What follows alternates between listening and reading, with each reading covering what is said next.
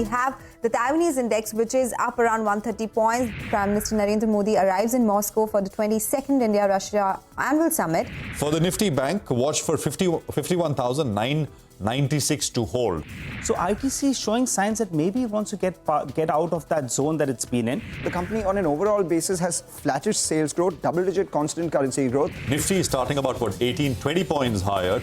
The risks are increasing. I think there's no doubt in anybody's mind. Quite a start, but it appears things are, picking up a bit. This is a subsidiary, the terminal business subsidiary from Aegis Logistics, and it's a large IPO. Buyers of hybrid cars in Uttar Pradesh have started getting a 10% exemption. Is a 100-point uptick for the Nifty today. Sharpest strategies, top market trends, unmatched perspectives. The trading day's most comprehensive roundup. Stay ahead with NSE Closing Bell. Broadcasting live from the CNBC-TV18 Motilal Oswal studios in Mumbai.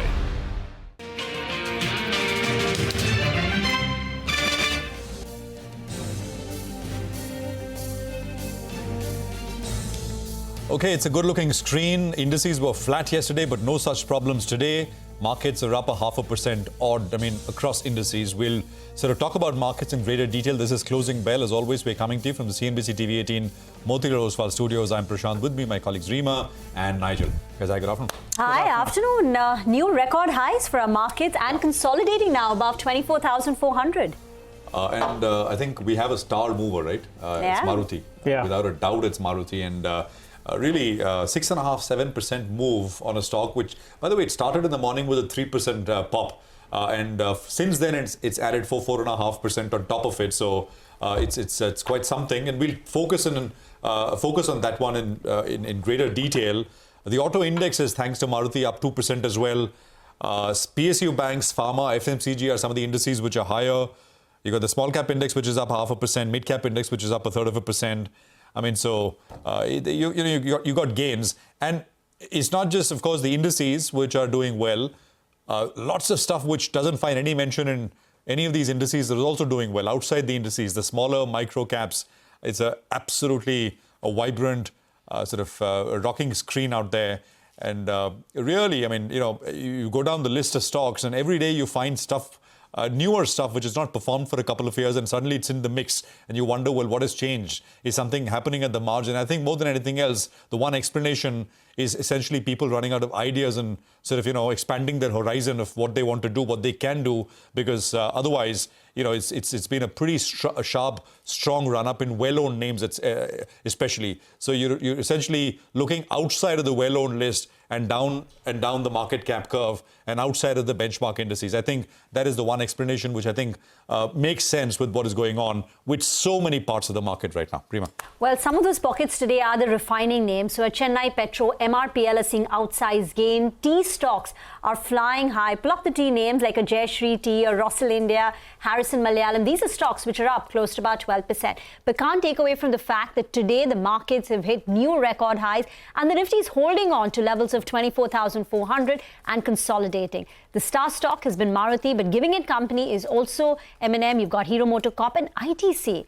ITC has been that, the stock which has moved up close to about 7% in the last fortnight, and it's playing a bit of a catch-up because year-to-date, even after the 7% up move, the Nifty IT index is down 2% versus the Nifty FMCG index, which is up close to about 4%. So it was a bit of an underperformer, and it's playing that catch-up. PSU banks like State Bank of India, Union Banks, and IOB, IDBI Bank, all of these stocks are higher in trade, and railways are seeing a bit of a reversal and sharp downticks. So Realtel, Texmaco, Ircon, RVNL down about 4-5%. Well, that's right. And ITC is coming back. Actually, if you look at it on a year in the last 1 year, still the stock hasn't even moved up 1%. In fact, it's still down, by 1% or so. That clearly is making a big comeback. As Reema mentioned, it's playing a comeback. There is valuation comfort. The street believes that maybe we're not going to get any kind of shocker from the budget as well. Normally, the ITC is a little bit nervous going into that event. And, Besides that, the monsoon has been good, which could bode well for some of these FMCG names. So that one has been the big mover.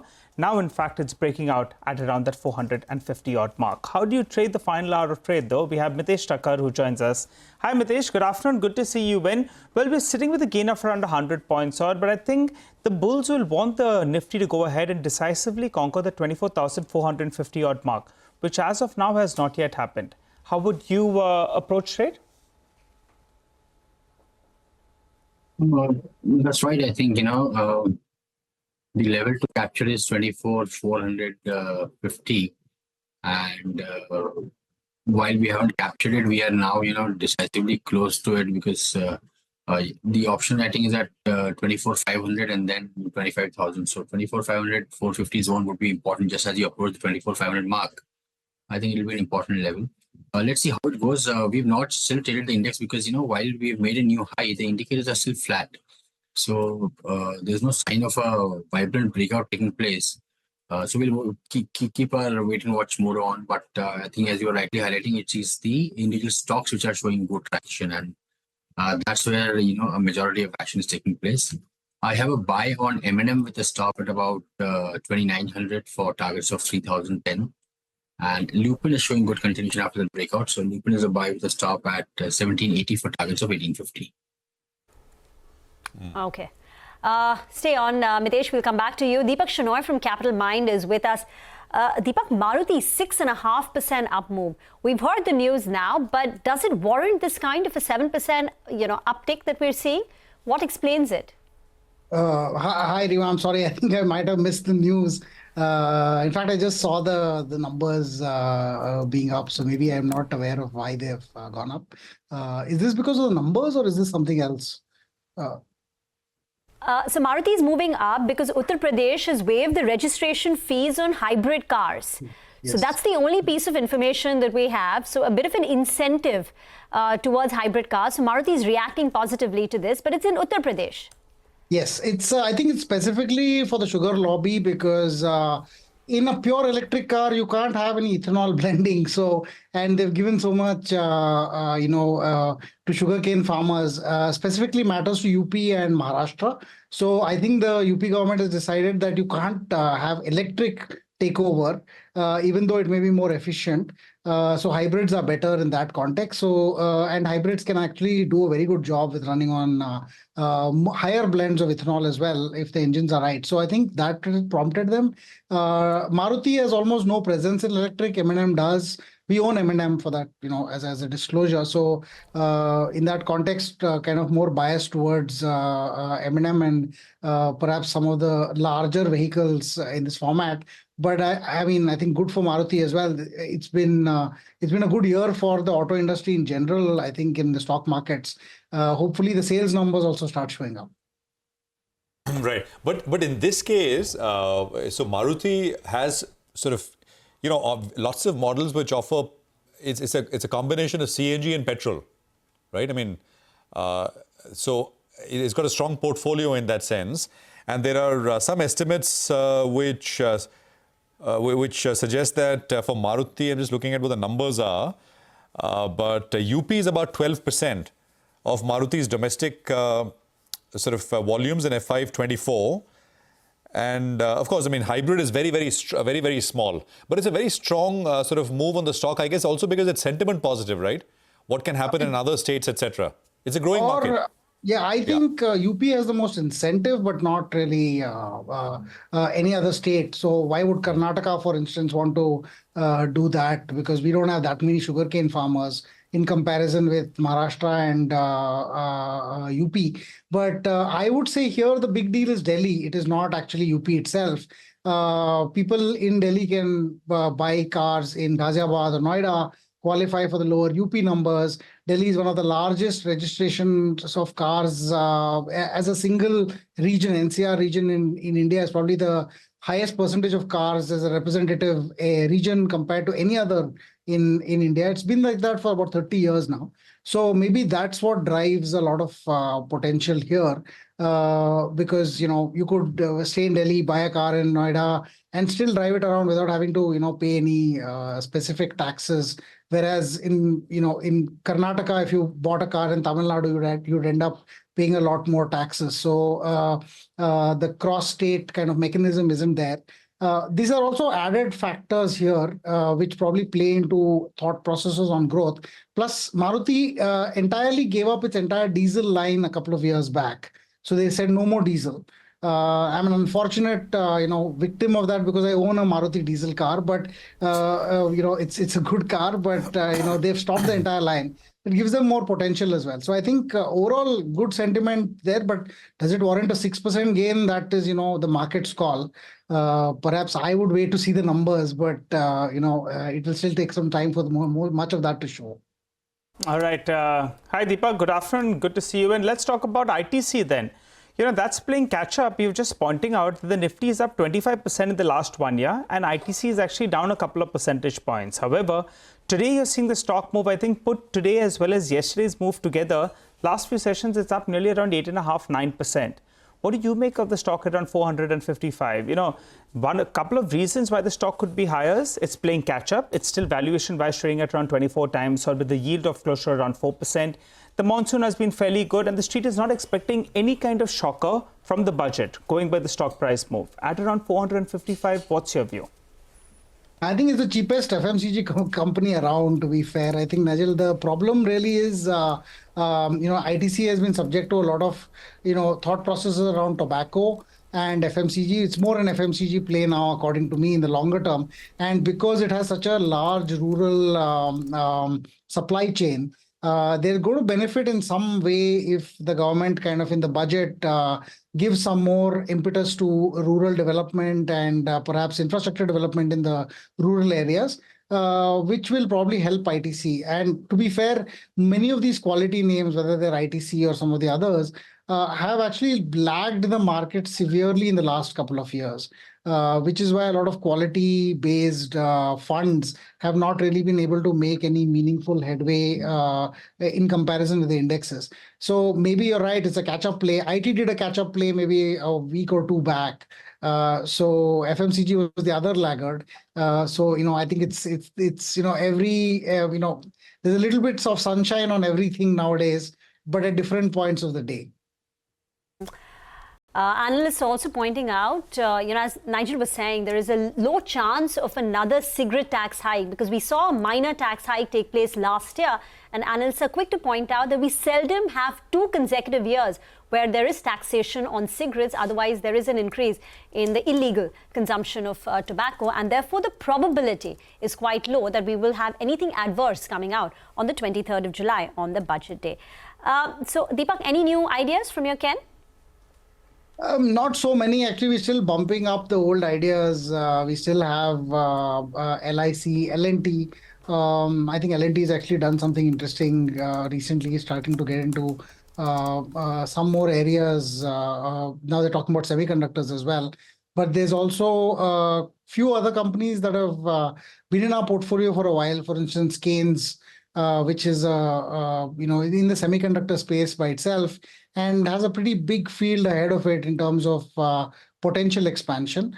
Of course, many of the projects are early. The stock's up 4.5 times or 5 times in a year and a half, so it's not like the stock is underpriced. But I think the valuations probably reflect the fact that there's a very large market out there potentially, and semiconductors are semiconductor-based things are our 3rd largest import after crude oil and gold.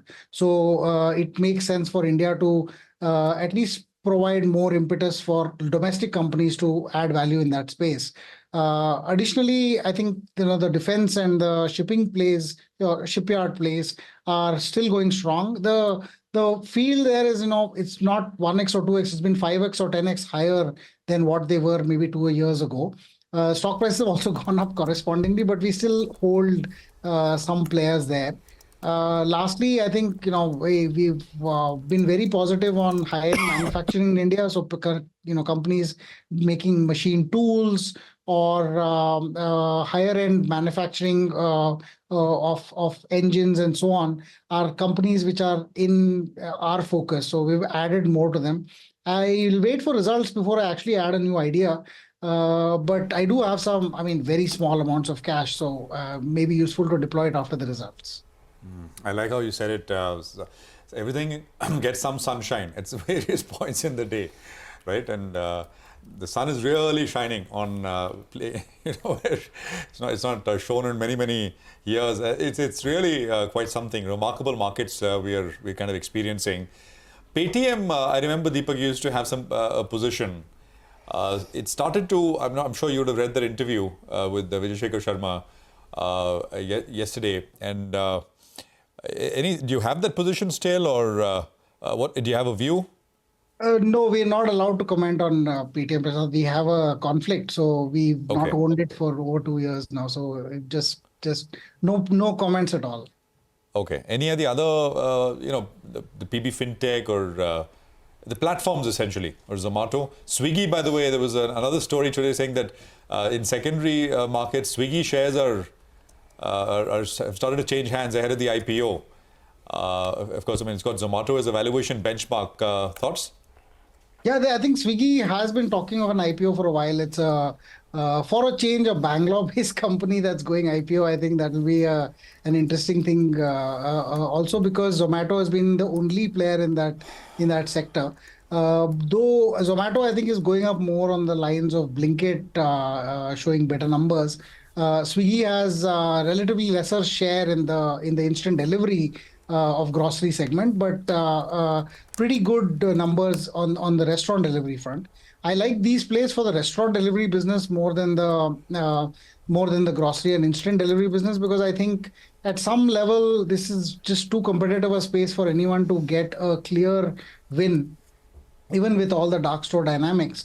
I think India is just, it's just too competitive on last mile retail for any clear winner to emerge. Having said that, I think, short-term plays, momentum plays, they might still make a lot of sense. PB FinTech has more leeway to it because I think they're going with the insurance brokerage license. They get more better economics. They also have, some of the sales that's been happening since the IPO, that's starting to peter down because some of the VCs have been selling their shares and more stronger players have been buying. So once that peters down, you actually get a little bit of bump up. That's what's been happening with the stock as well. So I think that way it's a decent longer term play because hardly anyone sells what they sell, specifically term plans. And hardly any big player or established player does that. So they get a pretty good leeway in that. But the growth has been a question, and we'll have to see where that goes because growth has not been very kind to the industry and definitely not to intermediary players. Okay, all right. Deepak, you may want to sort of listen into this next story because I think you'll have views on this one. This is a exclusive coming in from Money Control. Now, in a move to curb the F&O frenzy in the market, SEBI's expert committee, the working committee which was appointed to look at this, is likely to propose new regulations. Sources tell Money Control that these suggestions will be reviewed by the Secondary Market Advisory Committee before a final decision is taken. My colleague from Money Control, Mahalakshmi, is here with the details of what she's picking up from her sources. Mahalakshmi, over to you. Yeah, thanks, Prashant. So obviously there are 6 or 7 recommendations that the advisory committee has made. This will obviously go to the Secondary Market Advisory Committee and then the final decision could be taken. Or SEBI could also put in the consultation paper for public comments and then take a final decision at a board meeting. That is all still not clear. But let me tell you some of the points that I've picked up with respect to what are the recommendations. I think the most important recommendation is increasing the contract value, the size, lot size from 5 lakhs to about 20 to 30 lakhs. That's like a 4 to 6-fold rise, which is essentially to curb the frenzy and make sure that they're suitably expensive for retail investors to get out of the trade. So that's point number 1. Second is right now you already have every single day of the week you have some expiries. So exchanges will have to, particularly NSE, because it has the maximum number of contracts, will have to choose, and they will only allow one contract per exchange. So BSE can have one contract and NSE could have one contract. The other things are like minor stuff, which is more risk management proposals in nature. For example, increasing the margin requirements closer to expiries, as we've been seeing that on the day of the expiries, there is extreme volatility, what we call injections because of high-frequency traders coming in, etc. This other thing is intraday monitoring of positions in F&O. That again is a risk management proposal. More or less, this is what it is. Right, so the first two are the most important things. No, absolutely. And, we'll see how this goes. These are likely to be recommendations. And then we will kind of see how they are, what is finally implemented. But it's sort of good to get the details at this stage. Mahalakshmi, thanks very much for that. Deepak, we'll leave it there for today.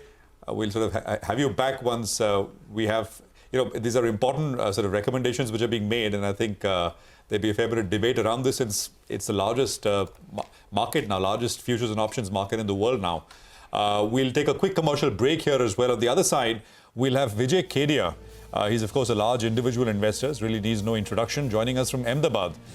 He's also someone who has strong views on, the euphoria which is going on in the markets. He's got some views on, a lot of the trading speculative frenzy, as he himself has put it in our previous interaction. So all of that coming up in just a bit from now.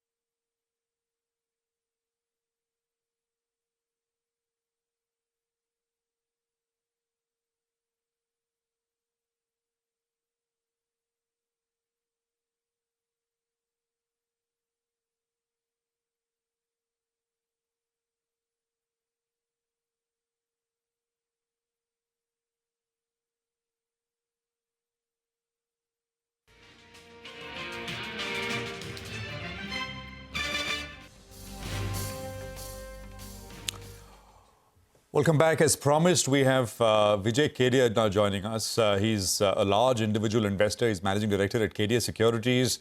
Really needs no introduction. Vijayji, great to have you with us here. Thank you very much. You're joining us from Ahmedabad. I'm assuming it's a business trip with maybe a visit or two at Atul Auto as well. And that investment of yours has done fabulously well.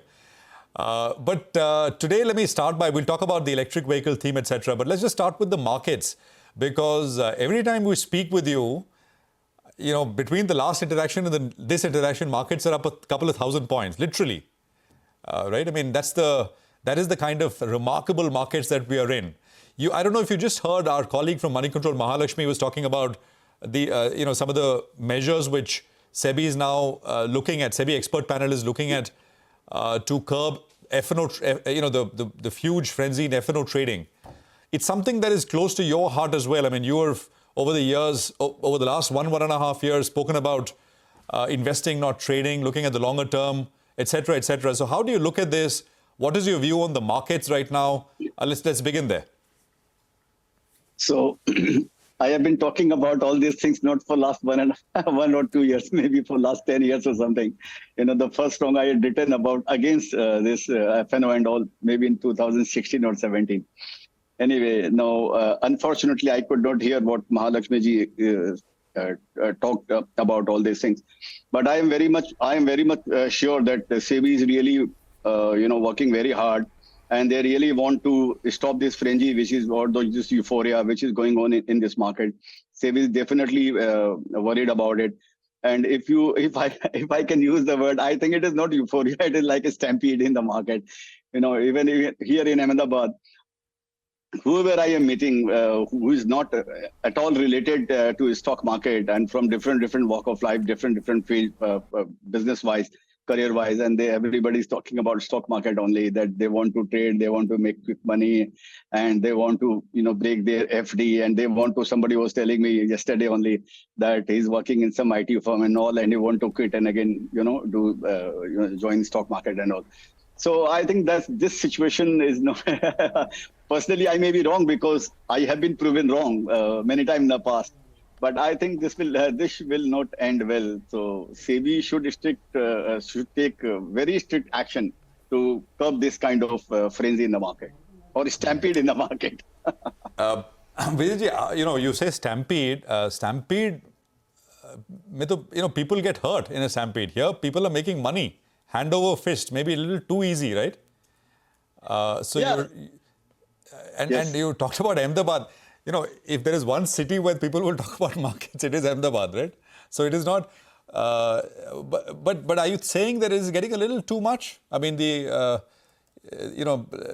very, very rosy kind of optimistic scenario. And are you talking about the overall market or only what's happening in F&O? The F&O overall market also, I think there is a frenzy in the market, even in cash section also. And it is not Ahmedabad, you can call it, because people here, all this community or Ahmedabad is, they know stock market, they understand the stock market.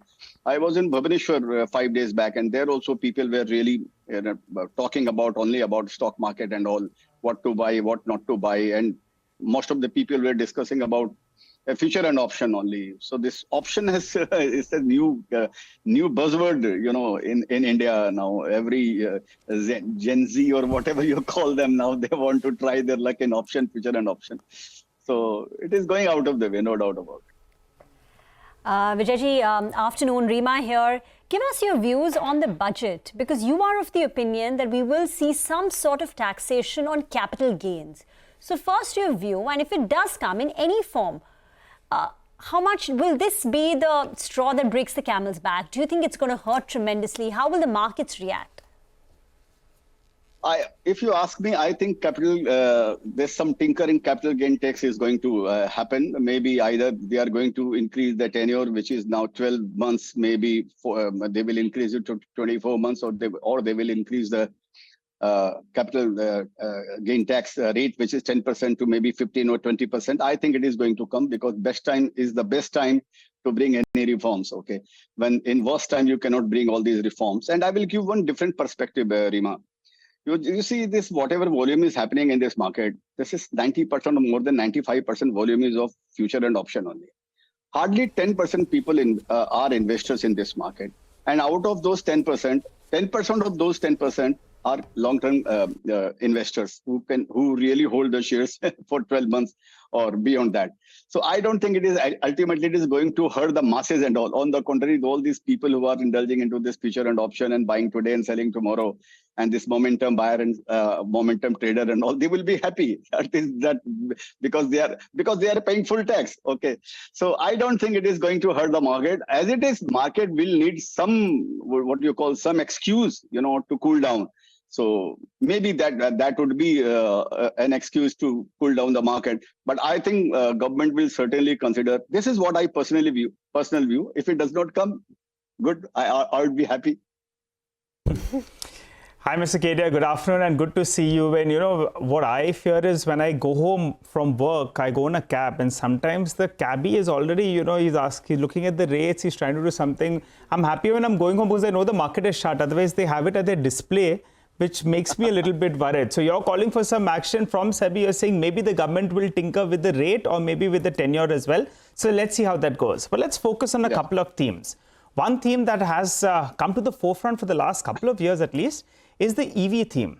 And you've taken a big chunk in Atul Auto. That's been one of your big winners out there. We spoke to the management just a week or so ago, and they were talking about EVs being around 25 to 30% of their mix.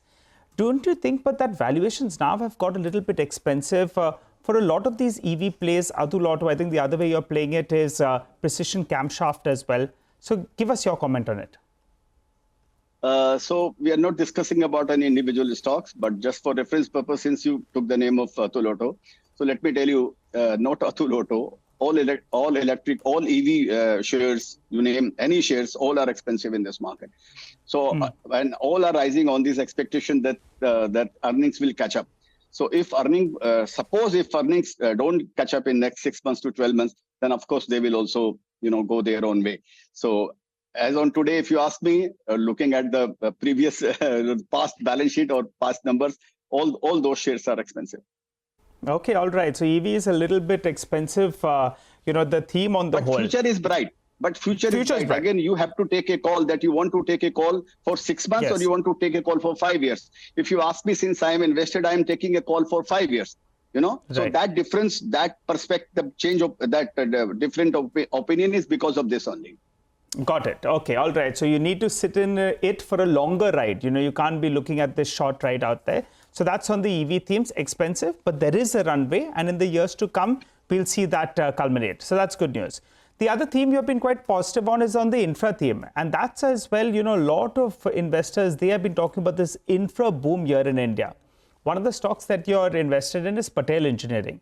And we're at the untimely demise of the promoter, Mr. Patel. What's your view on the theme? And if you want to comment on this particular stock? No, again, I think it is again SEBI rule that I shouldn't talk about particular stocks and all. And since you have taken the name, so my condolence to the, that family and the company because of this, untimely death of Mr. Patel. Let me tell you one thing. It's very clear. I have also thought about it, but there is one thing, as we always say, that show must go, go on. This is the difference between a proprietorship firm and a private limited company and a listed entity. All these listed entities are run by professionals and by the team, and this business is so complex that one single person actually cannot run this business, as we all understand.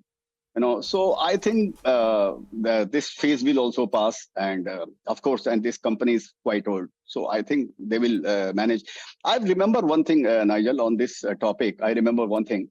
I'm not going to take the name. And again, we are not talking about Patel. We are just talking about the concept. The same thing happened in one company where I was one of the money. That was a big chunk of my portfolio, my worth. That was 15 years back or something. The company was doing reasonably well, but not like flying. And the son of MD joined the company, and he really changed the company dramatically. Brought new efficiency, new technology, and expanded in a big way and all. And the company started doing well. The stock price also went up 4-5 times from the bottom. And one day suddenly he died. He met with an accident and he died. And the stock price fell 20-30% just because people also thought that he was the key person behind all this transformation. And after that, the company went up 20 times, 30 times. The stock price went up 20-30 times. So I'm not saying the same thing is going to happen in every company. Has different dynamics and different strategy and all. So, but I think all these companies, they are self-sufficient and they manage themselves. No, got that. So unfortunate sort of news on Patel Engineering, but you're saying that life goes on and the show goes on in that sense. Now, another area, right, where we've seen a lot of action is telecom. And suddenly, from talking about just one player or two players, there is a viable third player. Tariff increases is essentially what has done it now. You have an exposure in the telecom space, not directly there, but you can't talk about specific stocks. At least I can sort of preface my question by naming the stock, Tejas Network, where you hold about 1.9% equity. How have your views evolved there on the telecom space? Because we've seen these tariff increases take place and increasing optimism. So let me tell you, Tejas Network is also very expensive, although I am the maybe individually largest shareholder into the company, but that does not matter. Valuation-wise, if you go by the March numbers and last numbers and whatever, share is very expensive. But let me tell you, because now the pricing power is coming with all these telecom service providers, like Jio has already increased the rates, and Bharti also has followed the suit. And same is with Vodafone numbers, 15 players has shrunk down to only 3 players, and BSNL is 25% players, so 3.5 or whatever you call it. So, and one thing is the for sure, earlier we used to talk about, in India, roti, kapda or makan. So now this is roti, kapda, makan or mobile. As I always say that when my driver keeps 2 mobile, I keep only 1 mobile, but my driver keeps 2 mobile. So how can you go wrong in all these things in this telecom? I think now since they have started increasing the rate, and so I think best time is ahead of them. So the only issue is that, say companies like Bharti have run up so much. 3 years back, Bharti was sub 500 rupees and now it's close to 1500 rupees. Another 2 sectors where there is a lot of long-term visibility is defense and railways. Order books are swelling. So the earnings growth is going to be strong, likely for the next few years, but the valuations are a big concern. So where do you stand on defense and railways, even for someone who has a long-term time horizon? So let me tell you about like Bharti, since you took the name of Bharti. So I'm not recommending to buy shares. I'm just saying the future of telecom sector as a whole is bright. And stocks are different, and because stocks sometimes they become overvalued, sometimes they become undervalued. The stocks are different and sector is different. So let me clarify this thing. I'm not talking about Bharti or for that matter any shares. They are expensive. I do agree with you, but they had always been expensive. So that investor, I do not have any position in Bharti, Airtel and any other and all these telecom service provider. Let me clarify. So we're not talking about stocks, just for the sectors. And for the same reason, I think all this defense story is also expensive, railway or defense or whatever you call it. According to me, I do not have any position. So maybe I'm a fence sitter. That is why I feel maybe my opinion is biased because I do not have any position. But I really find them that they are expensive. But story has not ended. The story will continue to grow. The story will continue to be there maybe next 4, 5, 10 years and all.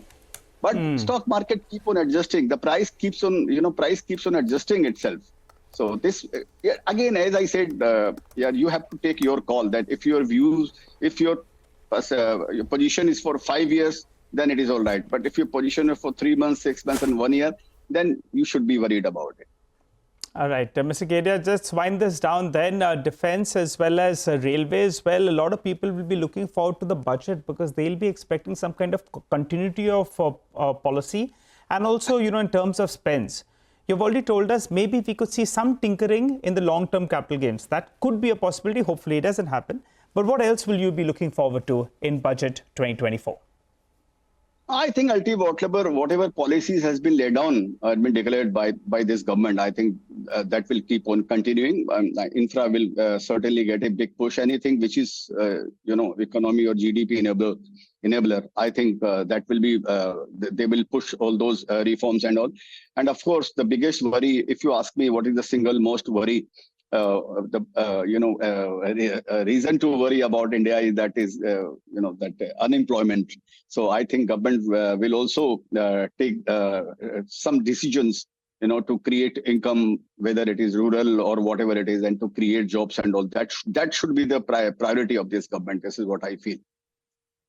Okay, all right, Mr. Kedia, always a pleasure speaking to you. But let's wind this down. As you were speaking about various stocks, we got a lot of inputs, a lot of messages I got, whether you're going to end it with a song. You want to give us a couple of lines, a 15-20-second song before we wind down? So, सोच कर, समझ कर, invest कर, rumour पे टिप्पे न time waste कर, knowledge और patience का बिजनेस है ये, अनुभव से सीख और बेस्ट कर. क्या बात है. I thought you were going to sing it for us, but I think next time you're here in the studio.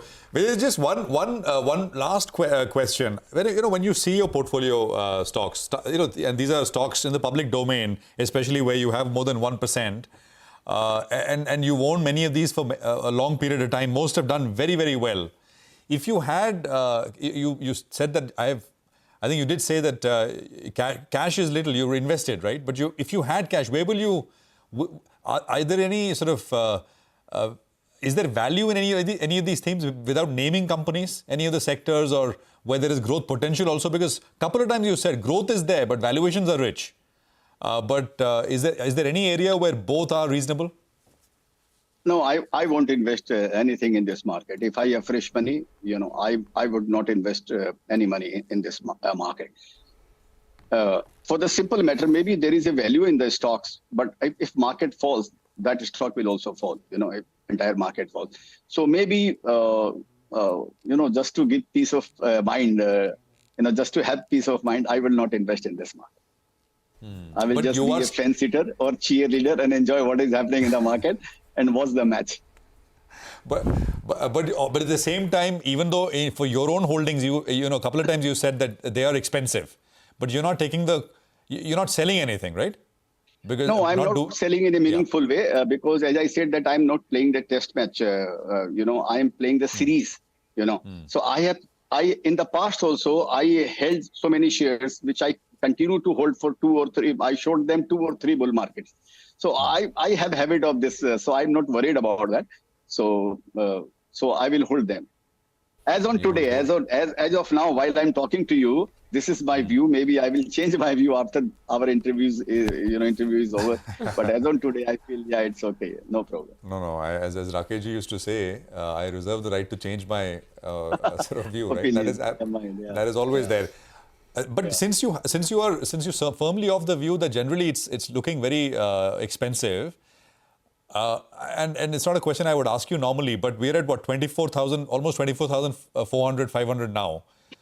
Do you think by the end of this year, we'll be here, we'll be lower, we'll be higher? Just any thoughts at all? I'm just only asking you that because you are very firmly of the view that markets are in a bit of a frenzy.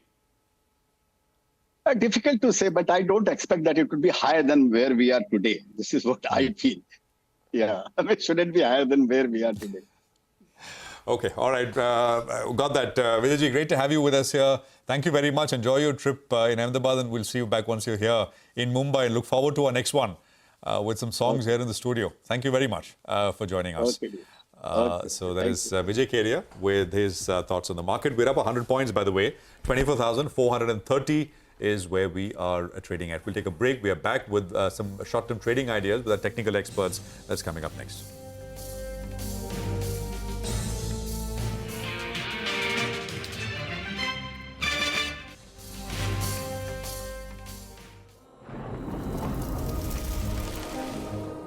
Climate change is on our doorstep.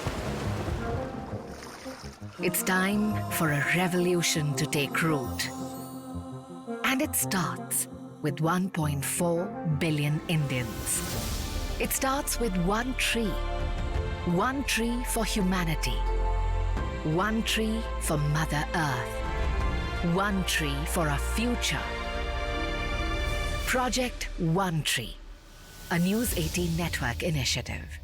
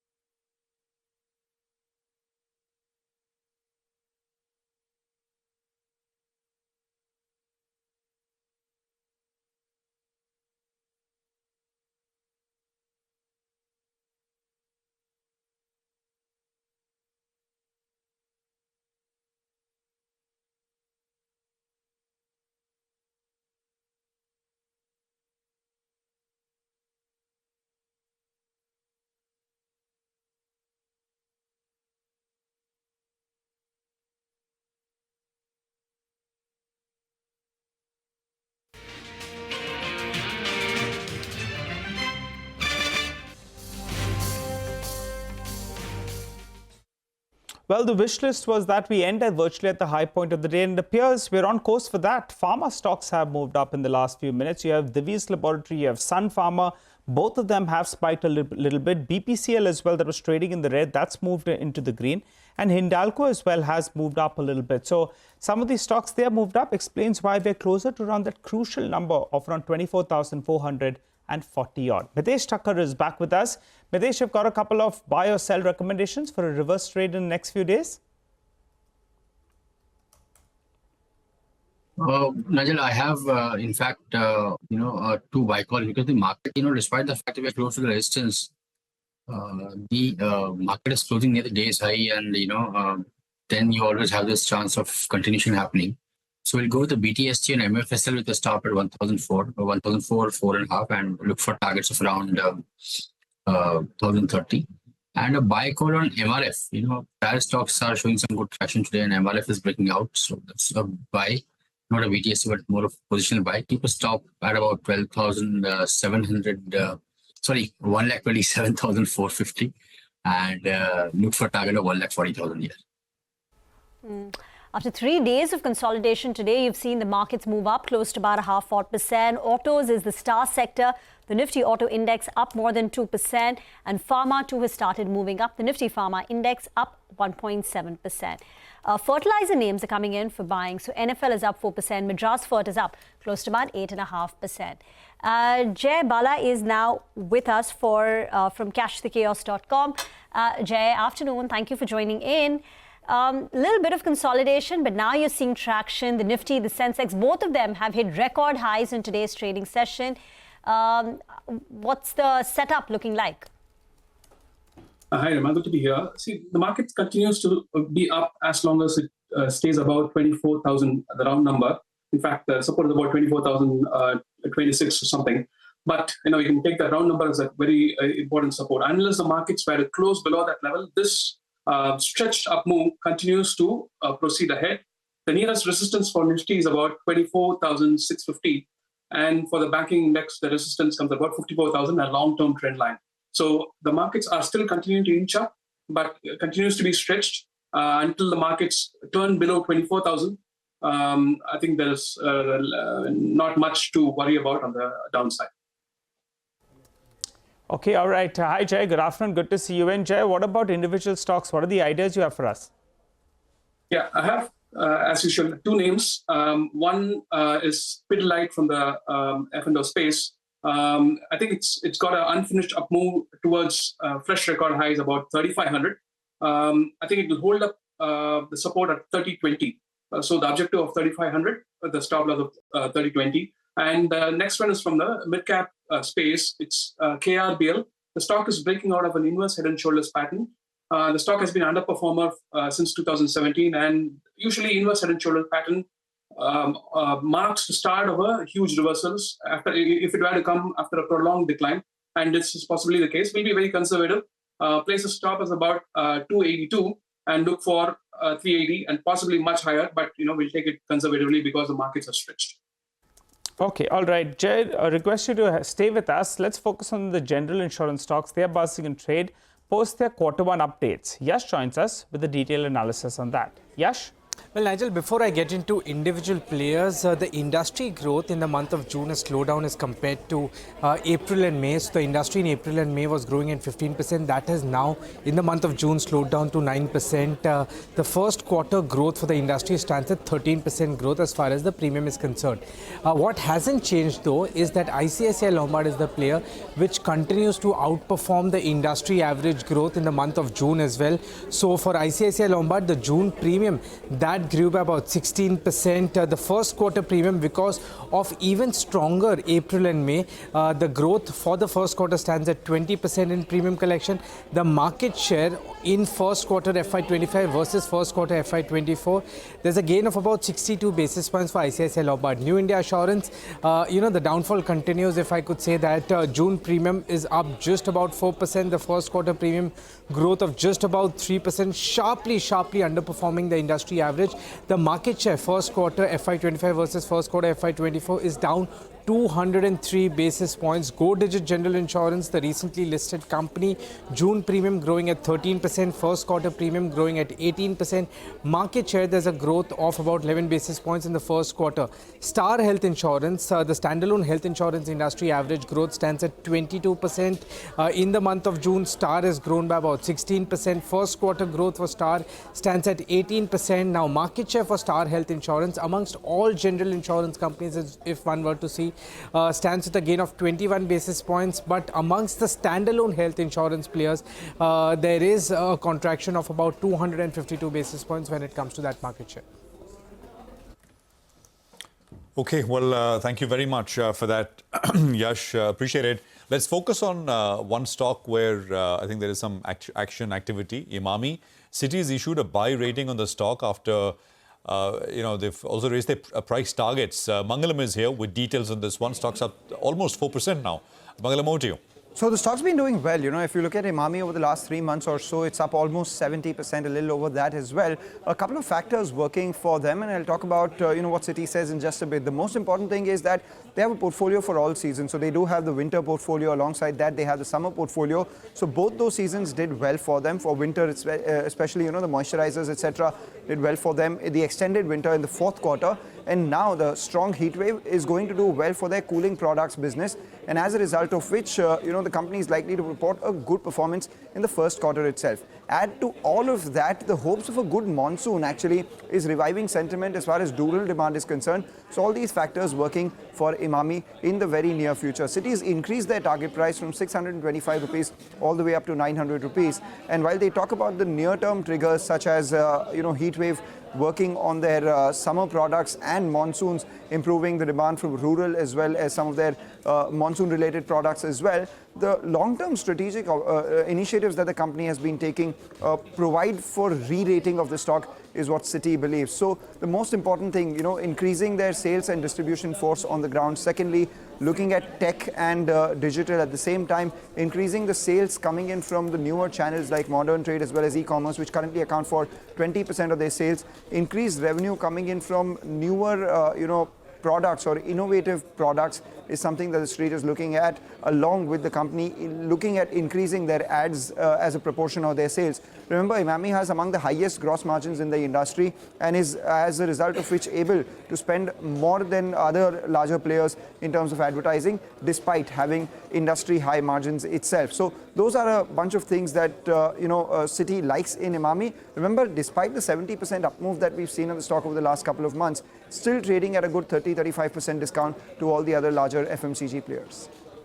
Thank you very much for that. Citi is also bullish on Affle India because of the increasing marketing spend done by advertisers on the digital media, on mobile-only platforms. So Affle is an ad tech play, and Citi has put a target price of 1,600 on ad tech. So Affle, they say that Affle India has managed to hold out on its own. It's in a market which is dominated by giants like Amazon, Google, etc. in the ad tech space, in the marketing space. But moving on to CESC, that's in focus and buzzing after it hiked tariffs in the Kolkata circle by over 5%. Vivek joins in for more. Vivek.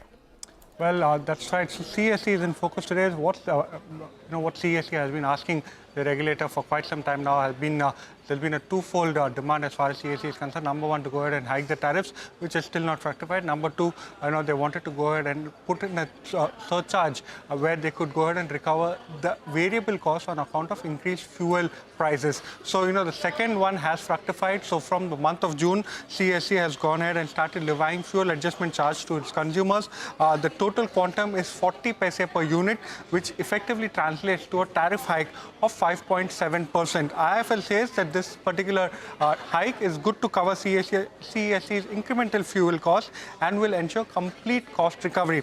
Also, what they say is that the accumulated regulatory assets stay in the range of 3,000 to 3,500 crore and will be recovered gradually with the regulatory approval. They are saying this particular development is quite important and positive from the stock point of view, given the fact that CESC actually trades at a discount to its peer set like Torrent Power, Tata Power, Adani Power, given the fact that tariff hikes as well as it was unable to go ahead and recover the variable costs. On the back of that, IFL continues to maintain a positive stance as far as CESC is concerned.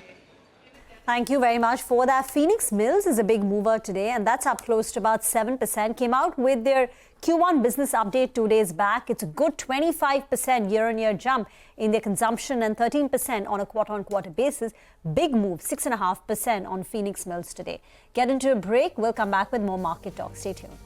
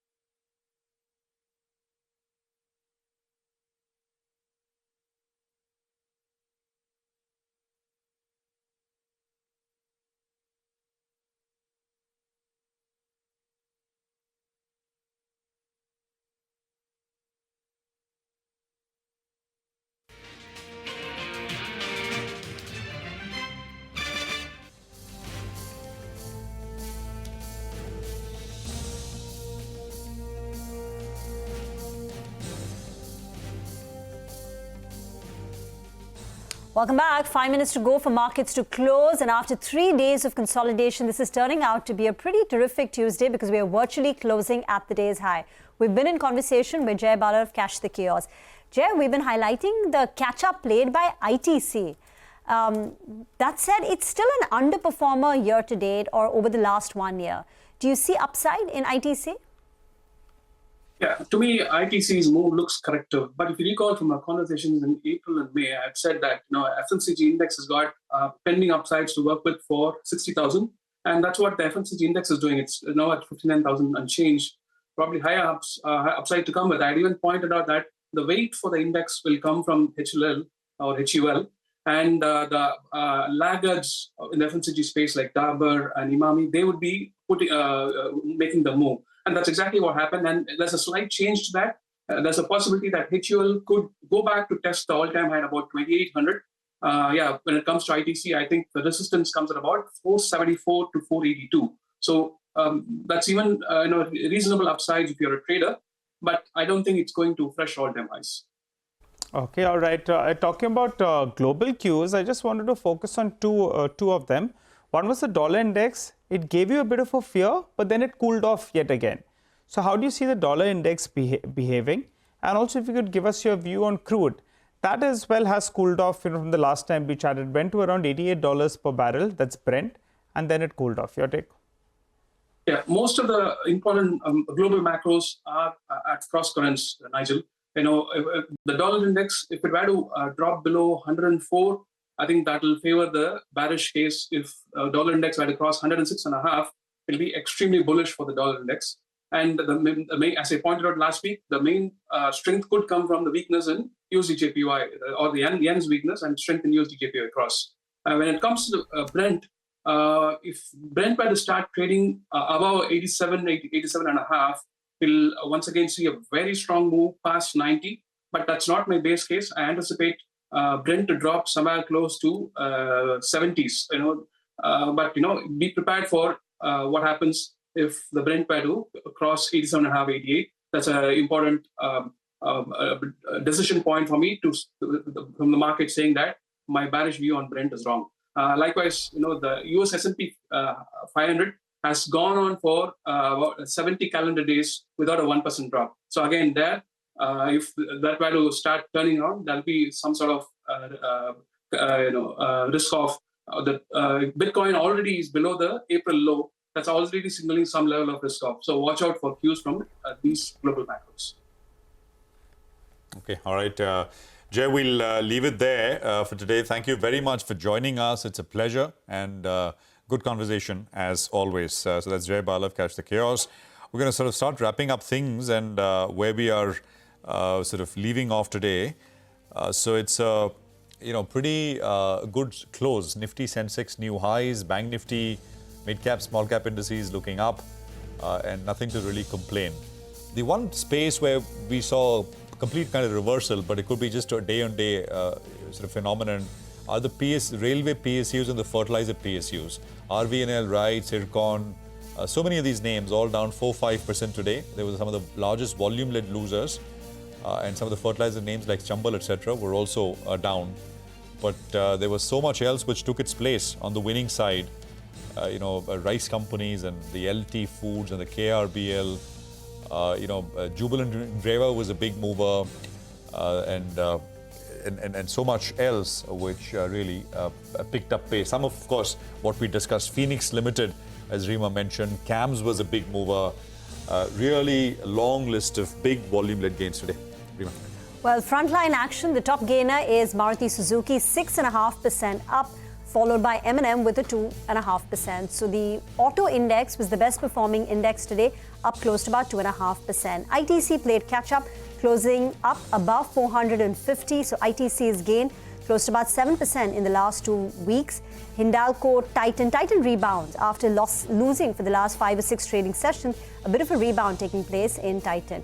On the way down, Tata Consumer, Reliance, Kotak Mahindra Bank were under pressure. Well, a few stocks that I'll be watching out for because of the F&O action that we saw. Chambal Fertilizer, that stock was down close to around 5% because, in fact, it went into the F&O ban. So let's see what's the action on that front.